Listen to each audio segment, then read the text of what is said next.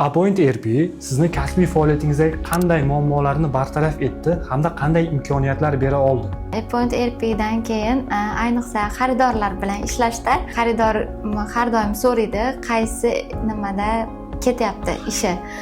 Uning uchun men boshqa ishlarimni tashlab, potokka yugurib, dazmolga, upakovka bo'limiga yugurib, nechta ish qoldi, nechtasi yopildi, qachon tugatamiz, shunaqa yugur ko'p, boshqa ishlar qolib, o'sha xaridorga ma'lumot berish bilan ovora bo'lib qolardim. Hozir Apoint programmasi orqali bemalol o'tirgan joyimda nechta mahsulot tikuv bo'limida, nechta mahsulot bichuv bo'limida, nechta mahsulot upakovkada tayyor mahsulotda turibdi.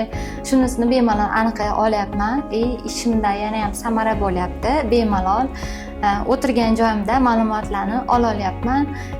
Xodimlar bilan ishlashda ham, xodimlarni rag'batlantirishda ham eng ko'p samarani kim berdi, kim ish unumdorligi zo'r, planni bir oy davomida kim zo'r bajardi. Bularni bemalol aniqlay olyapmiz. Biz Apoint ERPni o'rnatganimizdan xursandmiz. Ishimizda tejamkorlik, vaqtimizda ishimizda samara bo'ldi. Bundan juda ham xursandmiz.